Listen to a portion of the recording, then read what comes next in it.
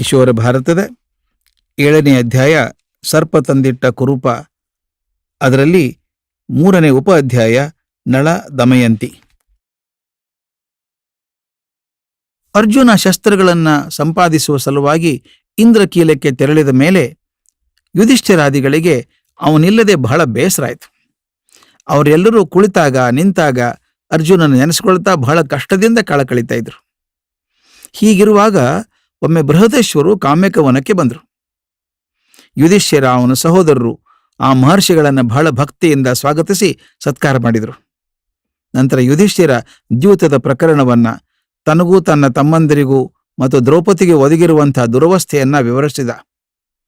ಮಹರ್ಷಿಗಳೇ, ನಾವು ಕಾಡಿನಲ್ಲೂ ನಿಶ್ಚಿಂತೆಯಿಂದ ಇರುವ ಹಾಗಿಲ್ಲವಾಗಿದೆ. ನಮ್ಮ ಪ್ರಿಯ ಸಹೋದರ ಅರ್ಜುನನನ್ನು ಇಂದ್ರಕೀಲಕ್ಕೆ ಕಳುಹಿಸಿಬಿಟ್ಟು ಈಗ ಏಕಾದರೂ ಕಳುಹಿದೆವೋ ಎಂದು ಪರಿತಪಿಸ್ತಾ ಇದ್ದೇವೆ. ಒಟ್ಟಿನಲ್ಲಿ ನನ್ನಂಥ ದುರದೃಷ್ಟಶಾಲಿ ಬೇರೊಬ್ಬ ಇಲ್ಲ ಎಂದ. ಆಗ ಬೃಹದೇಶ್ವರು, ಯುಧಿಷ್ಠಿರ, ನೀನು ನಳನ ಕಥೆಯನ್ನು ಕೇಳಿಲ್ಲ ಎಂದು ತೋರ್ತದೆ. ಪ್ರಾಯಶಃ ಅವನಷ್ಟು ಕಷ್ಟಪಟ್ಟವರು ಬೇರೆ ಯಾರೂ ಇಲ್ಲ.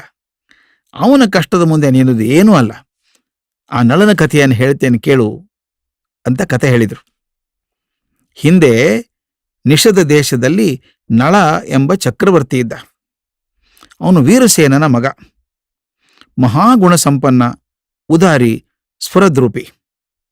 ಅವನು ಧನುರ್ಧಾರಿಗಳಲ್ಲಿ ಶ್ರೇಷ್ಠ ಆಗಿದ್ದ. ಅಶ್ವಪರೀಕ್ಷೆಯಲ್ಲಿ ನಿಷ್ಣಾತ ಆಗಿದ್ದ. ಅವನ ರೂಪ ಪರಾಕ್ರಮ ಜಗದ್ವಿಖ್ಯಾತವಾಗಿತ್ತು. ಇದೇ ಸಮಯದಲ್ಲಿ ವಿದರ್ಭ ದೇಶದ ಭೀಮ ಎಂಬ ರಾಜ ಇದ್ದ. ಅವನಿಗೆ ಅನೇಕ ವರ್ಷ ಮಕ್ಕಳಾಗದೆ ಕೊನೆಗೆ ದಮ ಎಂಬ ಮಹರ್ಷಿಗಳು ಕೊಟ್ಟ ವರದಿಂದ 3 ಗಂಡು ಮಕ್ಕಳು, ಒಬ್ಬ ಹೆಣ್ಣು ಮಗಳು ಜನಿಸಿದರು.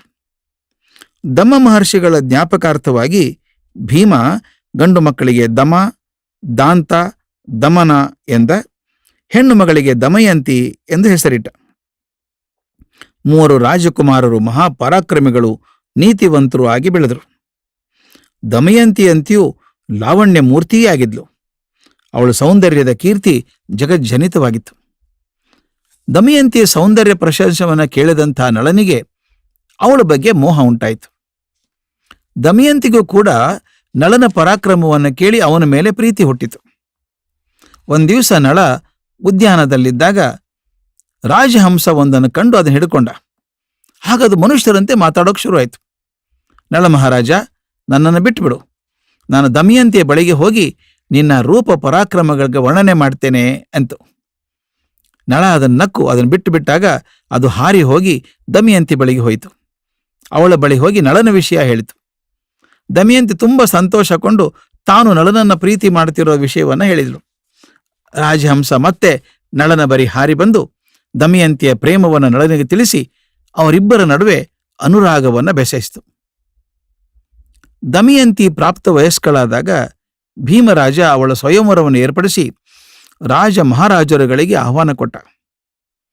ದಮಯಂತಿ ಕೈ ಹಿಡಿಯುವ ಅಪೇಕ್ಷೆಯಿಂದ ನಳನೂ ಕೂಡ ವಿದರ್ಭ ದೇಶದ ಕಡೆ ಹೊರಟ. ದಾರಿಯಲ್ಲಿ ಅವನಿಗೆ ಇಂದ್ರ, ಅಗ್ನಿ, ಯಮ ಮತ್ತು ವರುಣರು ಭೇಟಿಯಾದರು. ಅವ್ರು ನಳನನ್ನ ಕುರಿತು ಮಾತಾಡಿ, ನಳ ಮಹಾರಾಜ, ನಮಗೆ ನಿನ್ನಿಂದ ಒಂದು ಕೆಲಸವಾಗಬೇಕಾಗಿದೆ, ಮಾಡಿಕೊಡ್ತೀಯಾ ಅಂತ ಕೇಳಿದರು. ನಳ ಆಗಲಿ ಅಂತ ಮಾತು ಕೊಟ್ಟ. ಅವ್ರು ಹೇಳಿದರು, ನಾವು ದಮಯಂತಿ ಸ್ವಯಂವರಕ್ಕೆ ಹೋಗ್ತಾ ಇದ್ದೀವಿ. ನೀನು ಅವಳನ್ನು ಕಂಡು ಸ್ವಯಂವರದಲ್ಲಿ ಅವಳು ನಮ್ಮ 4 ಒಬ್ಬನನ್ನು ವರಿಸಬೇಕು ಅಂತ ಹೇಳು ಅಂತ ಹೇಳಿದರು. ನಳನು ಸ್ವಯಂವರಕ್ಕಾಗಿ ಅಲ್ವೇ ಹೋಗ್ತಿದ್ದದ್ದು. ಹಾಗಿದ್ರೂ ಕೂಡ ಅವನ ದೇವತೆಗಳ ಮಾತನ್ನು ನಿರಾಕರಿಸಲಿಲ್ಲ. ಯಾಕಂದ್ರೆ ಅವ್ರು ಹೇಳಿದ ಕೆಲಸವನ್ನು ಮಾಡಿಕೊಡ್ತೇನೆ ಅಂತ ಮೊದಲೇ ಮಾತು ಕೊಟ್ಟಿದ್ನಲ್ಲ. ಆದ್ದರಿಂದ ಆಗ್ಲಿ, ದಮಯಂತಿಗೆ ಹೇಳ್ತೇನೆ ಎಂದ. ನಳ ವಿದರ್ಭ ದೇಶಕ್ಕೆ ಹೋಗಿ ದಮಯಂತಿಯನ್ನು ಕಂಡ. ಮೊದಲು ತಾನು ಪರಿಚಯವನ್ನು ಮಾಡಿಕೊಂಡ. ನಂತರ ದಮಯಂತಿ, ನಾನೀಗ ದೇವತೆಗಳ ಪರವಾಗಿ ಬಂದಿದ್ದೇನೆ. ಇಂದ್ರ, ಯಮ, ಅಗ್ನಿ, ವರುಣರು ನೀನು ಮದುವೆಯಾಗುವ ಅಪೇಕ್ಷೆಯಿಂದ ಸ್ವಯಂವರಕ್ಕೆ ಬರ್ತಾ ಇದ್ದಾರೆ. ನೀನು ಆ 4 ಯಾರನ್ನಾದರೂ ವರಿಸು. ದೇವತೆಗಳ ಕೈ ಹಿಡಿಯೋದ್ರಿಂದ ನಿನಗೂ ಒಳ್ಳೆಯದಾಗ್ತದೆ ಎಂದ. ಆಗ ದಮಯಂತಿ, ನಳ ಮಹಾರಾಜ, ನಾನು ನಿನ್ನನ್ನ ನನ್ನ ಪತಿ ಎಂದು ಮನಸ್ಸಿನಲ್ಲೇ ವರಿಸಿಬಿಟ್ಟಿದ್ದೇನೆ. ಆದ್ದರಿಂದ ಬೇರೆ ಯಾರನ್ನೂ ವಿವಾಹ ಆಗೋದಕ್ಕೆ ಸಾಧ್ಯ ಇಲ್ಲ. ಇಂದ್ರಾದಿ ದೇವತೆಗಳು ಬಂದರೆ ಬರಲಿ, ಅವರ ಸಮ್ಮುಖದಲ್ಲೇ ನಾನು ನಿನ್ನನ್ನು ವರಿಸ್ತೇನೆ ಅಂತ ಹೇಳಿಬಿಟ್ರು. ನಳ ದೇವತೆಗಳ ಬಗ್ಗೆ ಹಿಂದಿರುಗಿ ನಡೆದಂಥ ವಿಷಯವನ್ನು ತಿಳಿಸಿದ. ನಿಶ್ಚಿತ ದಿನ ದಿವಸ 106 ರಾಜರು ದಮಯಂತನ ಮದುವೆಯಾಗುವ ಆಸೆಯಿಂದ ಸ್ವಯಂವರ ಮಂಟಪದಲ್ಲಿ ಬಂದು ಸೇರಿದರು. ದಮಯಂತಿ ಪುಷ್ಪಮಾಲೆಯನ್ನು ಹಿಡಿದುಕೊಂಡು ರಾಜರ ಸಮೂಹದಲ್ಲಿ ನಳನನ್ನು ಹುಡುಕಿಕೊಂಡು ಬಂದ್ಲು. ನಳನಿದ್ದ ಸಾಲಿಗೆ ಬಂದ ಕೂಡಲೇ ಅವಳು ದಿಂಗ್ಮೂಢಳಾಗ್ಬಿಟ್ಲು. ಯಾಕಂದ್ರೆ ಆ ಸಾಲಿನಲ್ಲಿ 5 ಜನ ನಳರಿದ್ದಾರೆ. 5ರ ಆಕಾರ, ರೂಪು, ಉಡುಪು ಒಂದೇ ಥರ ಇತ್ತು. ದಮಯಂತಿಗೆ ಇದು ದೇವತೆಗಳು ತನಗೆ ಒಡ್ಡಿರುವ ಪರೀಕ್ಷೆ ಅಂತ ಗೊತ್ತಾಯಿತು.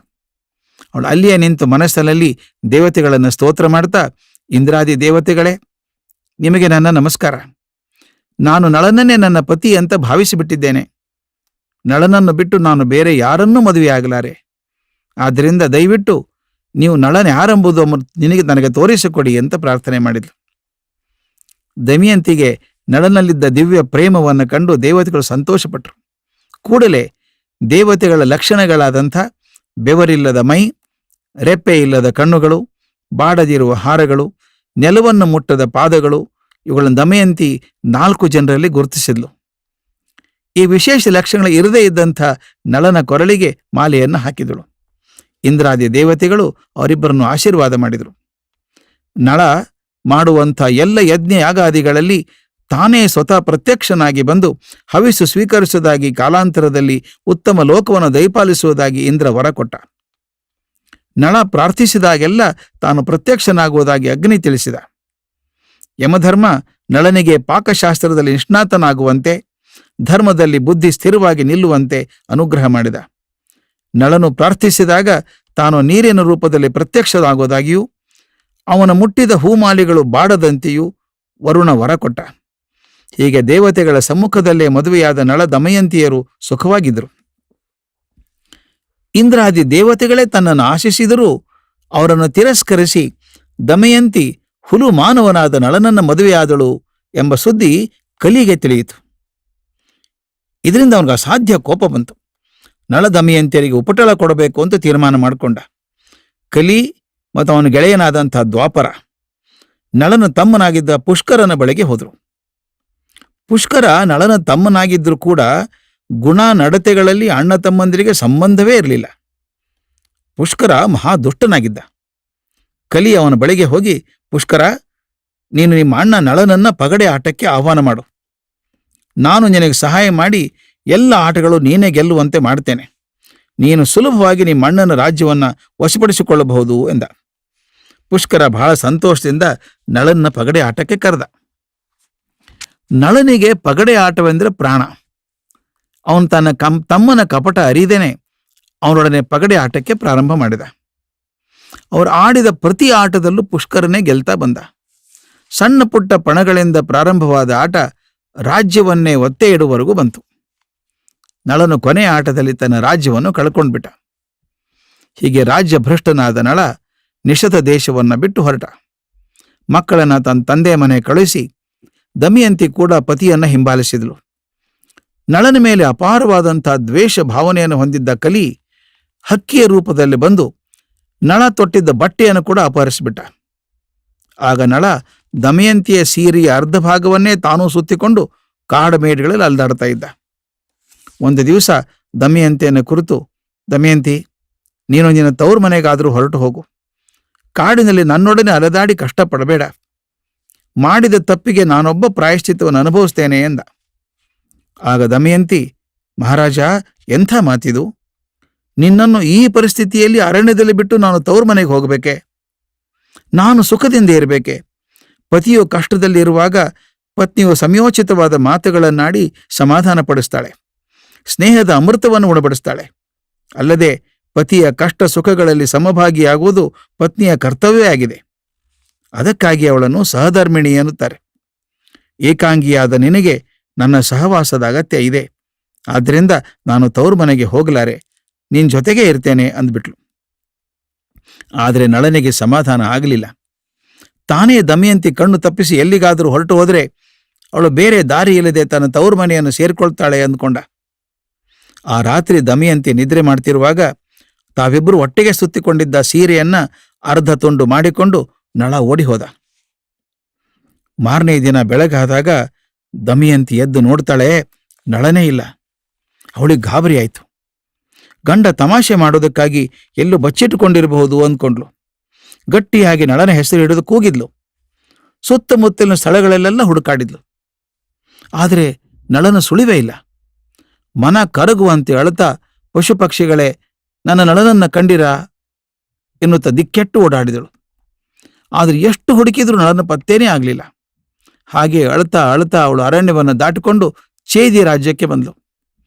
ಚೇದಿ ರಾಜ್ಯದ ರಾಣಿ ದಮಯಂತಿಯ ಸೋದರತ್ತೆ. ಹುಚ್ಚಿ ಹಾಗೆ ಅಳದಾಡುತ್ತಿದ್ದಂಥ ತನ್ನ ಸೋದರ ಸೊಸೆಯನ್ನ ಗುರುತಿಸಿದಂಥ ಚೇದಿ ರಾಜ್ಯದ ರಾಣಿ ಅವಳನ್ನು ವಿದರ್ಭ ದೇಶಕ್ಕೆ ಕಳುಹಿಸಿಕೊಟ್ಲು. ಇತ್ತ ದಮಯಂತಿಯನ್ನು ತೊರೆದಂತಹ ನಳಮಹಾರಾಜನ ಮನಸ್ಸಿಗೆ ಸಮಾಧಾನ ಇಲ್ಲ. ಅಯ್ಯೋ, ಭಯಂಕರ ಕಾಡಿನಲ್ಲಿ ಒಬ್ಬಂಟಿ ಹೆಂಗಸನ್ನು ಬಿಟ್ಟು ಬಂದೆನಲ್ಲ ಅಂತ ಚಿಂತೆ ಮಾಡಿದ. ಮತ್ತೆ ಹೋಗಿಬಿಡ್ಲೆ ಅಂತ ಯೋಚನೆ ಮಾಡಿದ. ಕೊನೆಗೆ ಗಟ್ಟಿ ಮನಸ್ಸು ಮಾಡಿ ಅವಳನ್ನು ಮರೆತು ಮುಂದೆ ಹೊರಟ. ಹಾಗೆ ಹೋಗುತ್ತಿದ್ದಾಗ ಮಾರ್ಗ ಮಧ್ಯದಲ್ಲಿ ಭಾರೀ ಕಾಳಗಿಚ್ಚೊಂದನ್ನು ಕಂಡ. ಇಡೀ ಕಾಡನ್ನೇ ಸುಡುತ್ತಿರುವಂತಹ ಬೆಂಕಿ ಮಧ್ಯದಿಂದ ಅಯ್ಯ ನಳಮಹಾರಾಜ, ನನ್ನ ಕಾಪಾಡು ಎಂಬ ಕೂಗು ಕೇಳಿಸ್ತು. ನಳ ಅಲ್ಲಿಗೆ ಓಡಿ ಹೋಗಿ ನೋಡಿದಾಗ ಒಂದು ದೊಡ್ಡ ಸರ್ಪ ಬೆಂಕಿಯ ಜ್ವಾಲೆಯಲ್ಲಿ ಸಿಕ್ಕಾಕೊಂಡಿತ್ತು. ನಳ ಓಡಿ ಹೋಗಿ ಆ ಸರ್ಪವನ್ನು ಕೈಯಲ್ಲಿ ಎತ್ತಿಕೊಂಡು ಬಂದು ಬೆಂಕಿಯಿಂದ ಪಾರು ಮಾಡಿದ. ಆದರೆ ಆ ಘಟಸರ್ಪ ನಳನ ಕೈಯನ್ನು ಕಚ್ಚಿಬಿಡ್ತು. ಕೂಡಲೇ ಸುಂದರ ರೂಪಿನ ನಳ ಕುರೂಪಿಯಾಗಿ ಹೋದ. ಸರ್ಪ ಹೇಳ್ತು, ಮಹಾರಾಜ, ಚಿಂತೆ ಮಾಡಬೇಡ, ನಾನು ಕಾರ್ಕೋಟಕ ಎಂಬ ಸರ್ಪ. ನಿನಗೆ ಒಳ್ಳೇದಾಗ್ಲಿ ಅಂತ ಈ ಕುರೂಪವನ್ನು ತರಿಸಿದ್ದೇನೆ. ನೀನು ಅಯೋಧ್ಯೆಯನ್ನು ಆಳ್ತಿರುವಂಥ ಋತುಪರ್ಣ ರಾಜನ ಕಡೆ ಹೋಗು. ಅವನ ಬಳಿ ಅಶ್ವಕನ ಕೆಲಸಕ್ಕೆ ಸೇರ್ಕೋ. ಅವನಿಂದ ಅಕ್ಷಹೃದಯ ಎಂಬ ವಿದ್ಯೆಯನ್ನು ಕಲಿ. ಇದರಿಂದ ನಿನಗೆ ಪಗಡೆ, ಚದುರಂಗ ಇತ್ಯಾದಿ ಆಟಗಳಲ್ಲಿ ಪ್ರಾವೀಣ್ಯತೆ ಬರುತ್ತದೆ. ನಿನಗೆ ಮುಂಚಿನ ರೂಪ ಬೇಕೆನಿಸಿದಾಗ ಇಗೋ ಈ ವಸ್ತ್ರ ತಗೋ, ಇದನ್ನು ಹೊದೆದುಕೋ, ಮುಂದೆ ನಿನಗೆ ಒಳ್ಳೆಯ ಕಾಲ ಬರ್ತದೆ ಅಂತ ಹೇಳಿ ಒಂದು ಜೊತೆ ವಸ್ತ್ರವನ್ನು ಕೊಟ್ಟು ಹೊರಟೋಯ್ತು. ಹೀಗೆ ವಿರೂಪ ಹೊಂದಿದಂಥ ನಳ ಅಯೋಧ್ಯೆಗೆ ಹೋದ. ಅಲ್ಲಿ ಋತುಪರ್ಣ ರಾಜನನ್ನ ಕಂಡ. ಮಹಾರಾಜ, ನನ್ನ ಹೆಸರು ಬಾಹುಕ. ನಾನು ಅಶ್ವವಿದ್ಯೆಯನ್ನ ಬಲ್ಲೆ. ಹಿಂದೆ ನಾನು ನಳ ಮಹಾರಾಜರಲ್ಲಿ ಅಶ್ವಕನಾಗಿದ್ದೆ. ಈಗ ನಿಮ್ಮಲ್ಲಿ ಕೆಲಸ ಹುಡುಕಿಕೊಂಡು ಬಂದಿದ್ದೇನೆ ಎಂದ. ಋತುಪರ್ಣ ಅವನನ್ನು ತನ್ನ ಅಶ್ವಕನನ್ನಾಗಿ ನೇಮಿಸಿಕೊಂಡ. ಅತ್ತ ತನ್ನ ಸೋದರತ್ತೆ ಸಹಾಯದಿಂದ ತೌರುಮನೆ ಸೇರಿಕೊಂಡಂಥ ದಮಯಂತಿ ನಳನನ್ನು ಹುಡುಕಿಸಬೇಕು ಅಂತ ಗೂಢಚಾರನ ಕರೆಸಿಕೊಂಡ್ರು. ನಳನು ತನ್ನ ಕಾಡಿನಲ್ಲಿ ಬಿಟ್ಟು ಹೋದ ಹಿನ್ನೆಲೆಯನ್ನು ಅವರಿಗೆ ಹೇಳಿದ್ಲು. ಅವರನ್ನು ಕುರಿತು ಹೇಳಿದ್ಲು, ಅಯ್ಯ, ನೀವು ನಳನನ್ನು ಹುಡುಕಿಕೊಂಡು ಬನ್ನಿ. ವಿವಿಧ ದೇಶಗಳಿಗೆ ಹೋಗಿರಿ. ನೀವೆಲ್ಲ ಹೋದ ಕಡೆಯಲ್ಲೆಲ್ಲ ಭೇಟಿಯಾದವರನ್ನೆಲ್ಲ, ಅಯ್ಯ, ಹೆಂಡತಿ ಅರ್ಧ ಸೀರೆ ಉಟ್ಟುಕೊಂಡು ಅವಳೊಬ್ಬಳನ್ನೇ ಮಧ್ಯರಾತ್ರಿಯಲ್ಲಿ ಕಾಡಿನಲ್ಲಿ ತೊರೆದು ಹೋಗಿಬಿಟ್ಟೆಯಲ್ಲ, ಇದು ಸರಿಯೇ ಅಂತ ಪ್ರಶ್ನೆ ಮಾಡಿ. ಬಹಳ ಜನರಿಗೆ ಪ್ರಶ್ನೆ ಅರ್ಥವಾಗದೆ ತಬ್ಬಿಬ್ಬಾಗ್ತಾರೆ. ಅಂಥವ್ರನ್ನ ಬಿಟ್ಬಿಡಿ. ಯಾರಾದರೂ ಈ ಪ್ರಶ್ನೆಯನ್ನು ಸರಿಯಾಗಿ ಅರ್ಥ ಮಾಡಿಕೊಂಡು ಅದಕ್ಕೆ ಸಮರ್ಪಕವಾದ ಉತ್ತರ ಕೊಟ್ಟರೆ ಅಂಥವ್ರ ಬಗ್ಗೆ ಪೂರ್ಣ ವಿವರಗಳನ್ನು ತಿಳಿದುಕೊಂಡು ಬನ್ನಿ ಅಂತ ಹೇಳಿ ಕಳುಹಿಸಿದ್ಲು. ಗೂಢಚಾರರು 4 ದಿಕ್ಕುಗಳಿಗೆ ಹೋದರು. ಅಯೋಧ್ಯೆಗೆ ಹೋಗಿದ್ದ ಗೂಢಚಾರ ಕೆಲ ದಿನಗಳ ನಂತರ ಹಿಂತಿರುಗಿ ಬಂದು, ತಾಯಿ, ನೀವು ಹೇಳಿದಂತೆ ತುಂಬ ಜನರಿಗೆ ನಾನು ಕೇಳಿದ ಪ್ರಶ್ನೆಯೇ ಅರ್ಥವಾಗಲಿಲ್ಲ. ಆದರೆ ಋತುಪರ್ಣ ರಾಜನ ಬಳಿ ಬಾಹುಕ ಎಂಬ ಅಶ್ವಕನಿದ್ದಾನೆ. ಅವನು ಮಹಾಕುರೂಪಿ. ಅವನನ್ನು ಪ್ರಶ್ನೆಯನ್ನು ಕೇಳಿದ ಕೂಡಲೇ ಬಿಕ್ಕಿ ಬಿಕ್ಕಿ ಹತ್ತುಬಿಟ್ಟ. ಆನಂತರ ನನ್ನನ್ನು ಕುರಿತು, ಅಯ್ಯ, ಆ ಮನುಷ್ಯನ ಪರಿಸ್ಥಿತಿಯಲ್ಲಿ ಯಾರೇ ಇದ್ದಿದ್ರೂ ಅವ್ರು ಹಾಗೇ ಮಾಡ್ತಾ ಇದ್ರು, ಆದ್ರಿಂದ ಅವ್ರು ನಿಂದಿಸೋದು ಸರಿಯಲ್ಲ ಅಂದ. ತಾಯಿ, ಆ ಬಾಹುಕ ಅಶ್ವವಿದ್ಯೆಯನ್ನು ಚೆನ್ನಾಗಿ ತಿಳ್ಕೊಂಡಿದ್ದಾನೆ. ತುಂಬ ರುಚಿಕರವಾದ ಅಡಿಗೆ ಮಾಡ್ತಾನೆ. ಆಶ್ಚರ್ಯ ಅಂದರೆ ಅವನು ಖಾಲಿ ಪಾತ್ರೆಯನ್ನು ನೋಡಿದರೆ ಸಾಕು, ಅದು ನೀರಿನಿಂದ ತುಂಬಿಕೊಳ್ಳುತ್ತದೆ. ಅವನು ಹೂವುಗಳನ್ನು ಹಿಸುಕು ಹಾಕಿದರೂ ಕೂಡ ಅವು ಬಾಡೋದಿಲ್ಲ ಎಂದ. ದಮಯಂತಿಗೆ ಈ ಬಾಹುಕನೇ ನಳ ಇರಬೇಕು ಅಂತ ಅನುಮಾನ ಬಂತು. ಆದರೆ ಅವನಿಗೆ ಕುರೂಪ ಯಾಕೆ ಬಂತು ಎಂಬುದು ಮಾತ್ರ ಅರ್ಥ ಆಗಲಿಲ್ಲ. ಪುನಃ ಅದೇ ಗೂಢಚಾರನ ಕರೆದು, ಅಯ್ಯ, ನೀನು ಈಗಲೇ ಋತುಪರ್ಣನ ಕಡೆಗೆ ಹೋಗಿ ದಮಯಂತಿ ಮರು ಮದುವೆ ಮಾಡ್ಕೊಳ್ತಿದ್ದಾಳೆ, ನಾಳೆಯೇ ಅವಳು ಸ್ವಯಂವರ ಇದೆ ಅಂತ ತಿಳಿಸಿ ಬಾ ಎಂದು ಹೇಳಿ ಮತ್ತೆ ಅವನ ಅಯೋಧ್ಯೆಗೆ ಕಳಿಸಿದ್ಲು. ತನ್ನ ಸ್ವಯಂವರದ ವಿಷಯವನ್ನು ಹೇಳಿದರೆ ಋತುಪರ್ಣ ವಿದರ್ಭಕ್ಕೆ ಬರೋಕೆ ಅಪೇಕ್ಷೆ ಮಾಡ್ತಾನೆ. ಆಗ ಅವನು ತನ್ನ ರಥಕ್ಕೆ ಬಾಹುಕನನ್ನೇ ಸಾರಥಿಯಾಗಿ ಕರೆತಿರ್ತಾನೆ. ಅಯೋಧ್ಯೆಯಿಂದ ವಿದರ್ಭ ಬಹಳ ದೂರ ಇದೆ. ನಳನನ್ನ ಬಿಟ್ಟು ಬೇರೆ ಯಾರಿಗೂ ವಿದರ್ಭಕ್ಕೆ ಒಂದೇ ದಿವಸದಲ್ಲಿ ಕುದುರೆ ಮೇಲೆ ಬರೋದಕ್ಕೆ ಸಾಧ್ಯ ಇಲ್ಲ. ಬಾಹುಕ ಋತುಪರ್ಣನನ್ನು ವಿದರ್ಭಕ್ಕೆ ಒಂದೇ ದಿವಸದಲ್ಲಿ ಕರೆದುಕೊಂಡು ಬಂದರೆ ಅವನೇ ನಳ ಎಂಬುದು ನಿಶ್ಚಯ ಅಂತ ದಮಯಂತಿ ಯೋಚನೆ ಮಾಡಿದ್ಲು. ದಮಯಂತಿ ಕಳುಹಿಸಿದಂಥ ಸುದ್ದಿ ಋತುಪರ್ಣನಿಗೆ ಮುಟ್ಟಿತು. ಅವನು ಸ್ವಯಂವರಕ್ಕೆ ಹೋಗೋದಕ್ಕೆ ನಿಶ್ಚಯ ಮಾಡಿದ. ಬಾಹುಕನನ್ನು ಕರೆದು ದಮಯಂತಿ ಸ್ವಯಂವರದ ವಿಷಯ ತಿಳಿಸಿ ತನ್ನ ರಥ ಸಿದ್ಧ ಮಾಡುವಂತೆ ಹೇಳಿದ. ದಮಯಂತಿ ಮರು ಮದುವೆ ಮಾಡ್ಕೊಳ್ತಾಳೆ ಅನ್ನೋ ಸುದ್ದಿ ಕೇಳಿ ಬಾಹುಕನಿಗೆ ಆಘಾತ ಆಯಿತು. ಅಯ್ಯೋ, ದಮಯಂತಿ ಹೀಗೇಕೆ ಮಾಡ್ತಿದ್ದಾಳೆ ಎಂದು ಪರಿತಾಪಗೊಂಡ. ಆದರೂ ತಾನು ಇರೋ ಸ್ಥಿತಿಯಲ್ಲಿ ಏನೂ ಮಾಡುವಂತಿಲ್ಲಲ್ಲ ಎಂದು ದುಃಖ ಕೊಟ್ಟ. ಕೊನೆಗೆ ತಾನೇ ಸಮಾಧಾನ ಮಾಡಿಕೊಂಡ. ವೇಗವಾಗಿ ಓಡುವ ಕುದುರೆಗಳನ್ನು ರಥಕ್ಕೆ ಕಟ್ಟಿದ. ಋತುಪರ್ಣನನ್ನು ಕೂಡಿಸಿಕೊಂಡು ವಿದರ್ಭ ದೇಶದ ಕಡೆಗೆ ಹೊರಟ. ಆ ಕುದುರೆಗಳು ಹೋಗ್ತಿರುವಂತಹ ವೇಗವನ್ನು ಕಂಡು ಋತುಪರ್ಣನಿಗೆ ದಿಗ್ಭ್ರಮೆಯಾಯಿತು. ಅವನು ಬಾಹುಕನನ್ನು ಕುರಿತು, ಅಯ್ಯ, ನಿನ್ನ ಕೈಚಳಕವನ್ನು ಕಂಡು ನನಗೆ ಆಶ್ಚರ್ಯವಾಗ್ತದೆ. ನೀನೇನು ಇಂದ್ರನ ಸಾರಥಿಯಾದ ಮಾತಲಿಯೋ ಅಥವಾ ಸಾಕ್ಷಾತ್ ನಳ ಮಹಾರಾಜನೋ? ನಾನು ನಿನ್ನಿಂದ ಈ ಅಶ್ವವಿದ್ಯೆಯನ್ನು ಕಲಿಯಲು ಅಪೇಕ್ಷೆ ಮಾಡ್ತೇನೆ. ಅದಕ್ಕೆ ಪ್ರತಿಯಾಗಿ ನಿನಗೆ ನಾನು ಅಕ್ಷ ಹೃದಯವನ್ನು ಕಲಿಸ್ತೇನೆ ಎಂದ. ಬಾಹುಕ ಅದಕ್ಕೊಪ್ಪಿ ರಥವನ್ನ ನಿಲ್ಲಿಸಿದ. ಋತುಪರ್ಣನಿಗೆ ಅಶ್ವವಿದ್ಯೆಯನ್ನು ಕಲಿಸಿದ. ತಾನು ಅವನಿಂದ ಅಕ್ಷ ಹೃದಯ ಎಂಬ ವಿದ್ಯೆಯನ್ನು ಕೂಡ ಕಲಿತ. ಬಾಹುಕ ಋತುಪರ್ಣನನ್ನು ಕರ್ಕೊಂಡು ವೇಗವಾಗಿ ವಿದರ್ಭಕ್ಕೆ ಬಂದ. ಆದರೆ ವಿದರ್ಭದಲ್ಲಿ ಸ್ವಯಂವರದ ಸೂಚನೆಯೇ ಇಲ್ಲ. ಅದನ್ನು ಕಂಡು ಋತುಪರ್ಣನಿಗೆ ಆಶ್ಚರ್ಯ ಆಯಿತು. ಬಹುಶಃ ತನಗೆ ತಪ್ಪು ಸುದ್ದಿ ಬಂದಿರಬೇಕು ಅಂದ್ಕೊಂಡ. ಅವನು ಭೀಮರಾಜನನ್ನು ಕಂಡು ನಮಸ್ಕಾರ ಮಾಡಿ ಅವನು ಕುಶಲ ವಿಚಾರ ಮಾಡಿ ಅತಿಥಿ ಗೃಹದಲ್ಲಿ ತಂಗಿದ್ದ. ಬಾಹುಕ ರಥವನ್ನು ತಂದ ವೇಗದಿಂದಾನೇ ಅವನು ಬೇರೆ ಯಾರೂ ಅಲ್ಲ, ನಳನೇ ಎಂಬುದು ದಮಯಂತಿ ಖಾತ್ರಿಯಾಯಿತು. ಆದರೆ ಅವನ ರೂಪವನ್ನು ಕಂಡು ಆಶ್ಚರ್ಯವಾಯಿತು. ಆ ಸುಂದರಾಂಗನಾದ ನಳ ಎಲ್ಲಿ, ಕುರುಪಿಯಾದ ಈ ಬಾಹುಕ ಎಲ್ಲಿ ಅಂದುಕೊಂಡ್ಲು.